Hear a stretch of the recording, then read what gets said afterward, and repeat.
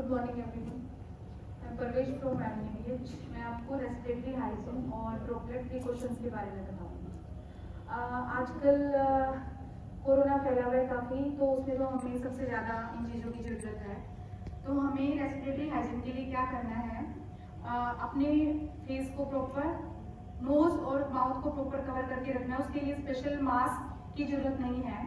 अगर mask available है तो मास्क लगा सकते हैं, अदरवाइज कोई हैंकी या टिश्यू पेपर या कोई भी पेपर, मतलब किसी भी चीज़ से आप कवर कर सकते हैं। और अगर आपको ऐसा लगता है कि किसी को इन्फेक्शन है, मतलब कोई छींक रहा है या खांस रहा है, तो उससे अपनी 1 मीटर की डिस्टेंस बना के रखनी है और उसको भी हमें बताना है और खुद को भी प्रोटेक्ट करना है। अगर हमें खुद को भी जैसे हो रखा है, कोल्ड है, कफ है या स्नीजिंग हो रही है, तो हम मतलब ऐसे नहीं छींकेंगे, ऐसे नहीं खांसेंगे, क्योंकि अगर हमने ऐसे किया तो हम उन्हीं हाथों को हम कहीं पे भी टच कर दें तो मतलब वो, क्योंकि कोरोना वायरस एयर में नहीं रहता, वो सरफेस से ही फैलता है। तो अगर हमने कहीं पे भी उसके बाद टच किया तो हम दूसरों को भी इन्फेक्शन दे दें। ठीक है, तो इसके लिए हमें अपनी बाजू का प्रयोग करना है।